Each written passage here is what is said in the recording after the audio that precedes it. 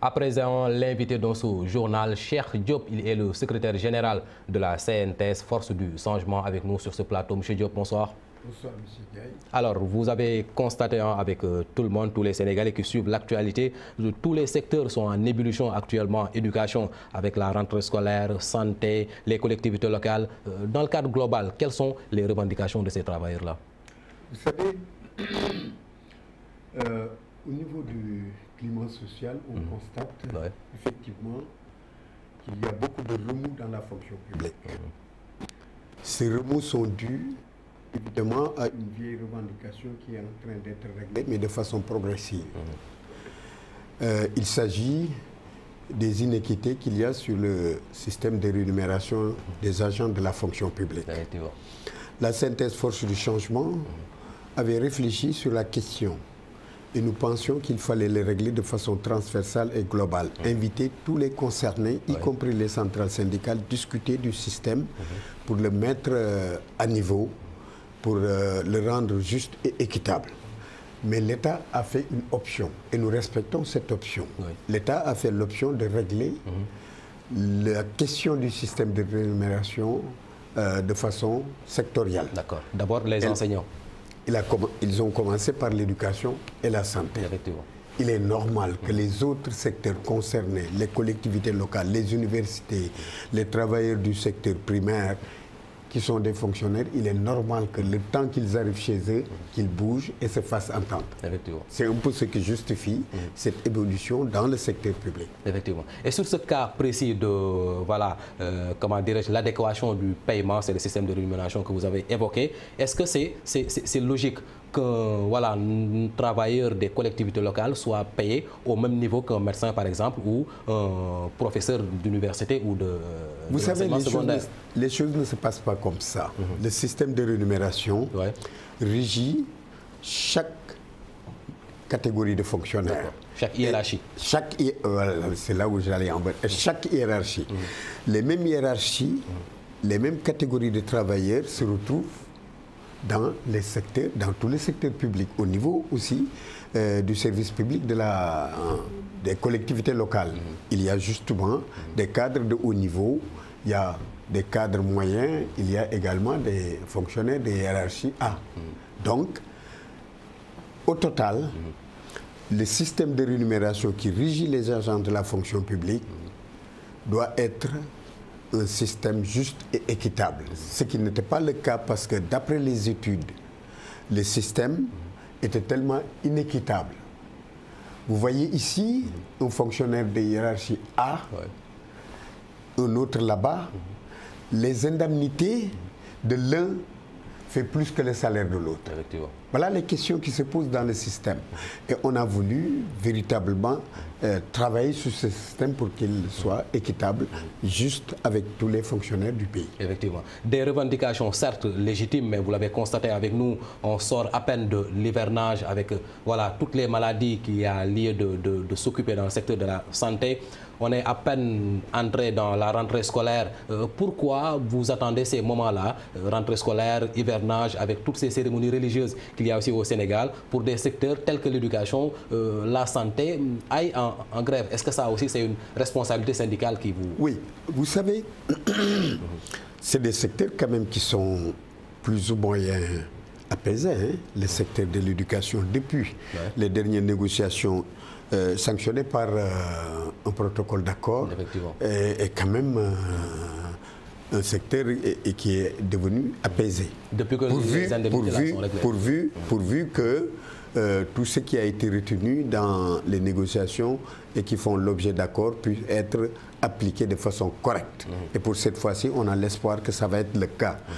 Dans la santé également, ils ont trouvé des solutions. Mais le problème de la santé, c'est que les indemnités qui ont été payées ne couvrent pas tout le personnel de santé. Il y en a qui sont restés en rade. Surtout les agents de l'administration sanitaire qui sont sortis pour demander aussi l'alignement des indemnités. Et justement, dans le secteur de la santé, c'est un peu ça. Mais là où il y a vraiment des des revendications, là où il y a vraiment des mouvements, c'est au niveau des universités, au niveau du secteur tertiaire, au niveau des collectivités locales. Qui sont restés des mois sans salaire. Il n'y a pas les fonds de dotation et autres. Non.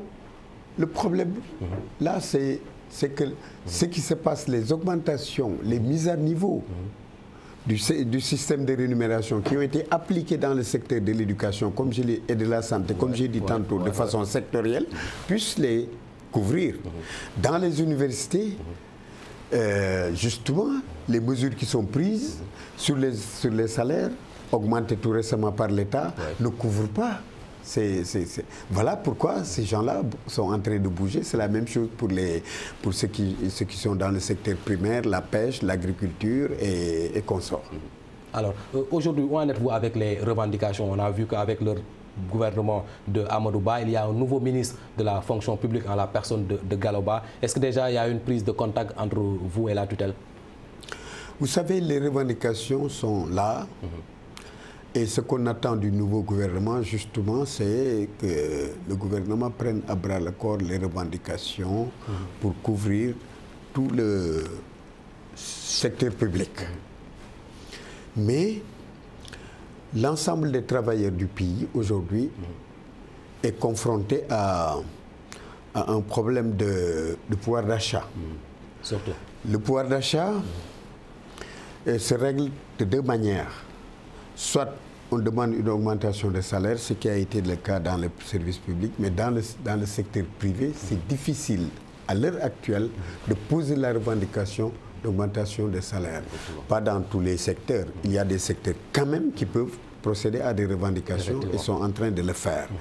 Pourquoi? Parce que simplement, nous sortons à peine de la pandémie qui avait mis à genoux, toutes les économies du monde, y compris celle du Sénégal. À cet événement s'ajoute la crise de l'Ukraine et de la Russie, toutes choses qui font qu'aujourd'hui, l'économie n'est pas encore tout à fait debout. Dans ces conditions, demander une augmentation de salaire généralisée pose problème.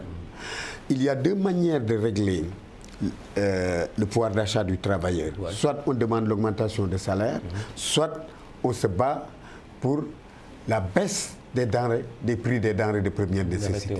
L'un pour l'autre, on renforce le pouvoir d'achat. Justement, c'est la raison pour laquelle nous avons opté pour se battre pour la baisse des prix des denrées de première nécessité et de l'énergie.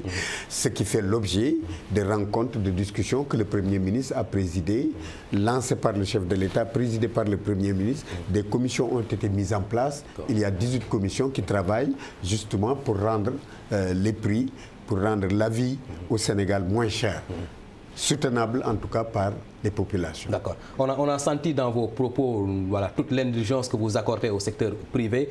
Pourquoi ce n'est pas le même traitement avec l'État souvent?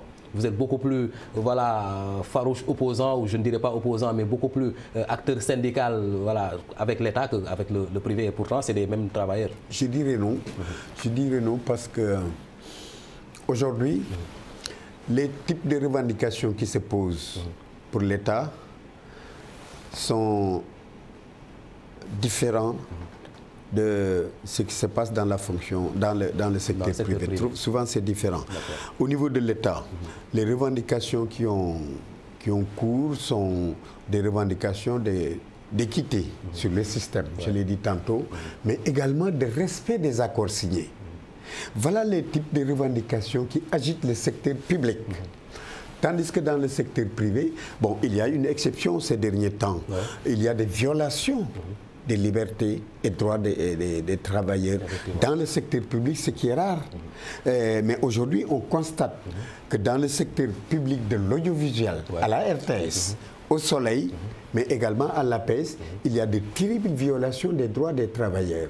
Ce qu'on retrouvait dans le secteur privé, en général, c'était des violations, manque de respect des droits des travailleurs que l'on trouvait, mais également des revendications d'équité sur la question de la richesse produite par le capital et le travail. Nous nous battons pour que ces richesses soient correctement redistribuées et de façon équitable. Voilà un peu les types de revendications qu'on a dans les deux secteurs. Effectivement. En tout cas, pour un syndicat, c'est voilà, c'est la mission noble de se charger de ces revendications des travailleurs, mais aussi vous n'êtes pas exempt de tout reproche. Souvent, on reproche aux travailleurs un certain manque d'accueil, surtout dans le secteur de la santé, dans l'administration. Pour un simple papier, ça prend beaucoup de temps. Est-ce que votre organisation qui regroupe tous ces syndicats-là aussi œuvre pour l'amélioration de cela? Oui, vous savez,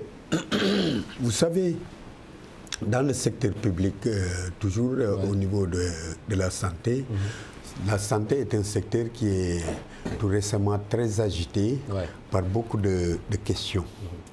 Mais il faudrait quand même rendre hommage aux travailleurs de ce secteur-là.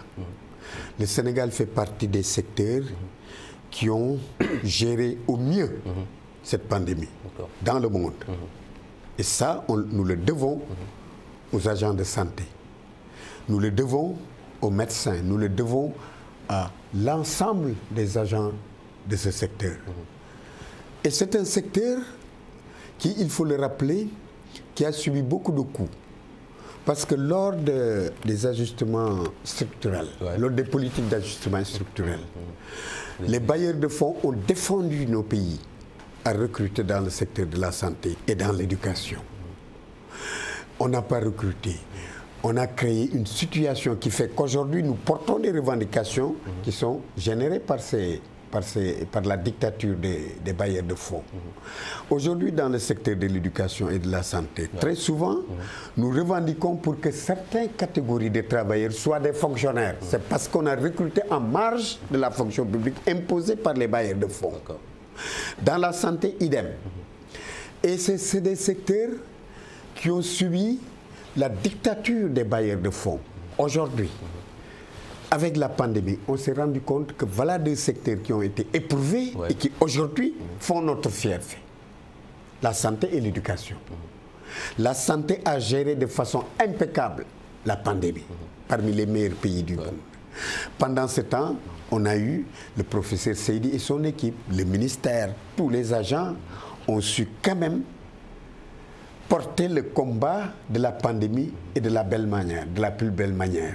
Les enseignants également ont fait face à la pandémie. L'école n'a jamais été fermée totalement à cause de la pandémie et ils ont fait face. Donc ces deux secteurs-là qui ont été affaiblis avec les bailleurs de fonds sont des secteurs aujourd'hui qui font notre fierté, qu'il faut saluer. C'est la raison pour laquelle nous pensons que il y a les questions qui agitent le secteur de la santé. Prise en charge, accueil. Mais ça, si vous regardez de près les revendications des syndicats de la santé, le camarade Cheikh Seck porte souvent des revendications qu'il faudra bien observer, parce que l'État a construit des hôpitaux. Et il faut le saluer, parce que l'État du Sénégal, avec le président Macky Sall, sur fonds propres, a construit près de 5 hôpitaux de haut niveau. Mais pendant ce temps, l'NDS était fermé, beaucoup de filières. La formation n'a pas suivi. Il y a des écoles privées qui, voilà, oui, d'accord, permettent de réserver ces gaps. Mais la santé, c'est le service public. L'NDS devrait... La revendication était que l'NDS devrait reformer, devrait reprendre la formation de certaines filières, de certaines catégories de travailleurs qui étaient fermées. Donc, parallèlement à ce programme d'infrastructure au niveau sanitaire, ça n'a pas été suivi par la formation adéquate, par un personnel d'appoint. Donc ce manque de personnel rejaillit sur l'accueil, rejaillit sur le comportement, parce qu'il y a énormément de boulot. Quelquefois, les agents de la santé sont hors d'eux-mêmes parce que le travail est énorme. Le personnel est très peu par rapport au volume de travail. Voilà ce qui justifie un peu ces errements. Maintenant, ce n'est pas une raison, parce que le secteur de la santé est un secteur sensible. Les agents doivent être... L'enjeu est trop grand. Doivent être trop conscients, mais il faut quand même les comprendre, parce qu'il y a plus d'infrastructures, plus un grand volume de travail et très peu d'agents. Voilà. On revient sur cette question précise de la situation des agents des collectivités territoriales. Il y en a beaucoup qui ne perçoivent pas actuellement leur salaire. C'est quoi exactement le problème? Le problème, c'est que l'État a décentralisé certaines certaines politiques prises en charge par les collectivités et l'État devait compenser. Cette compensation, quelque part, retarde certaines choses. Il y a des collectivités locales qui peuvent supporter parce qu'ils ont un budget qui soit en mesure de supporter. Mais il y a des collectivités locales qui ne peuvent pas et qui attendent de l'État cette subvention qui doivent aller dans les collectivités locales et qui tardent. Voilà un peu ce qui explique quelquefois les problèmes de salaire, les problèmes de paiement. Mais je pense que la revendication principale aujourd'hui dans ce secteur, c'est qu'on soit traité au même niveau que les fonctionnaires, parce qu'on dit la fonction publique locale. Donc, ils sont régis pratiquement par les mêmes textes que la fonction publique. Et aujourd'hui, les augmentations et les mesures qui sont prises dans la fonction publique ne sont pas encore effectives au niveau de la fonction publique locale. C'est ça la véritable revendication aujourd'hui. Avant cette dernière conseil des ministres, le président Macky Sall a donné des instructions fermes, notamment au Premier ministre, de libérer ces fonds-là. Vous avez des informations sur le processus? Est-ce que ça avance? En tout cas, il y a beaucoup de collectivités locales qui n'ont pas encore entré dans leur fonds. C'est vrai, l'instruction est donnée. C'est le cas pour Karang, dans le département de Foundiougne. Voilà, très bien. Donc, l'instruction est donnée. Nous osons espérer que d'ici peu, très peu d'ailleurs, l'instruction sera effectivement appliquée partout et je pense que ça devrait l'être normalement. D'accord. On va parler de vous, cher Diop. Vous êtes à la tête de la CNTS depuis quelques années. On a vu cette leçon donnée par notamment Saourou Sen et Mbouch du QSEMS. Voilà, il y a eu alternance, une relève. À quand le prochain congrès au niveau de la CNTS FC? Il faudrait que l'opinion comprenne deux choses. Le mouvement syndical est composé de deux entités. L'élite intellectuelle engagée et le mouvement ouvrier. Voilà les deux entités qui composent le mouvement syndical et qui ont posé les fondements idéologiques du mouvement syndical. L'élite intellectuelle engagée, vous prenez le cas du QSEMS, le cas du SAEMS, le cas du SAES. Voilà des syndicats de l'élite et même du CNS, des inspecteurs. Ces syndicats de l'élite-là, chaque membre du syndicat peut être dirigeant du syndicat parce qu'ils ont le même prérequis. Voyez-vous? Les habilités intellectuelles qu'il faut. Ils peuvent se permettre de limiter les mandats parce que ces syndicats limitent les mandats à 2. Parce que chaque membre du syndicat, même si c'est des milliers, chacun peut être à la tête. Prédisposé à diriger l'institution. Ils ont les mêmes prérequis. Il suffit d'avoir un peu plus d'engagement pour diriger. Dans le mouvement ouvrier, ce n'est pas le cas. Le processus de construction, si vous me passez le mot, du leader syndical dans le mouvement ouvrier, c'est très différent. Si vous prenez mon cas, parce que vous avez pris l'exemple sur moi, moi on m'a licencié pour le mouvement. J'ai résisté depuis 1996. On m'a licencié parce que le combat que l'équipe était en train de mener était un combat qui faisait peur dans le secteur privé. Alors, si pour être leader dans le mouvement ouvrier, il faudra faire le parcours du combattant. Si on limitait nos mandats à 2, le mouvement ouvrier serait en carence de leader.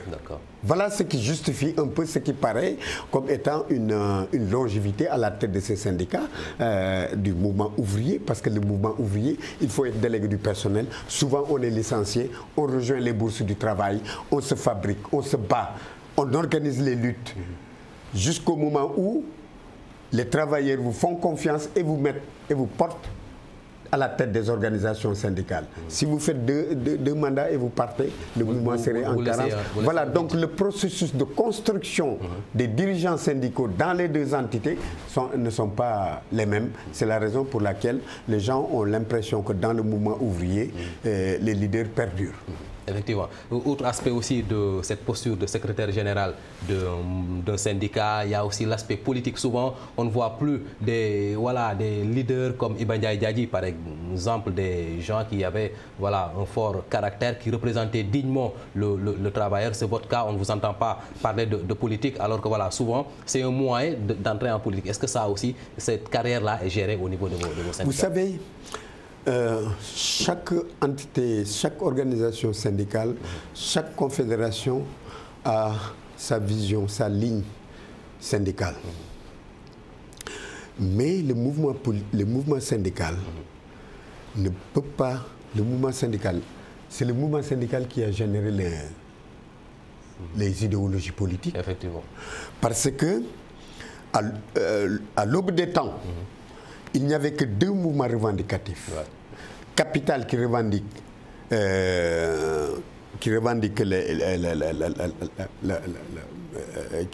l'économie, ouais. Qui revendique la richesse, le travail qui revendique l'équité dans la production des richesses.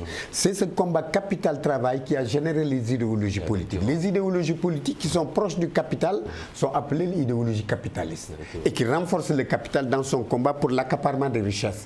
Les idéologies politiques qui sont justes et équitables et qui sont proches du travail sont appelées les idéologies socialistes ou les idéologies de gauche. Si vous regardez le couple capital-travail, le capital est à droite, le travail est à gauche. Donc les idéologies de gauche sont du côté travail, les idéologies de droite sont du côté capital. Donc c'est ce combat capital-travail qui a généré les idéologies politiques. Donc nous ne pouvons pas être indifférents des politiques qui sont élaborées. D'autant plus que la Synthèse FC ne considère pas que le mouvement syndical, c'est la défense des intérêts matériels et moraux des travailleurs. C'est étriqué comme définition. Nous considérons que notre action s'inscrit dans celle du peuple et que nos préoccupations intègrent celles des populations. De ce point de vue, si les pouvoirs politiques élaborent des politiques publiques qui vont dans le sens de la résorption de la demande sociale, on accompagne. Si c'est le contraire, on combat. Voilà la position du mouvement syndical pour l'élaboration des politiques qui sont élaborées par les dirigeants politiques. Voilà. Un cours d'histoire que vous venez de nous donner, Cheikh Diop. Merci d'avoir répondu à notre invitation. Merci. Voilà. C'est Cheikh Diop, secrétaire général de la CNTS FC que nous avons reçu dans ce journal que nous avons eu le plaisir de vous présenter. La suite de nos programmes, c'est avec la Focale. Merci de nous avoir suivis. À demain 20h. Bonsoir.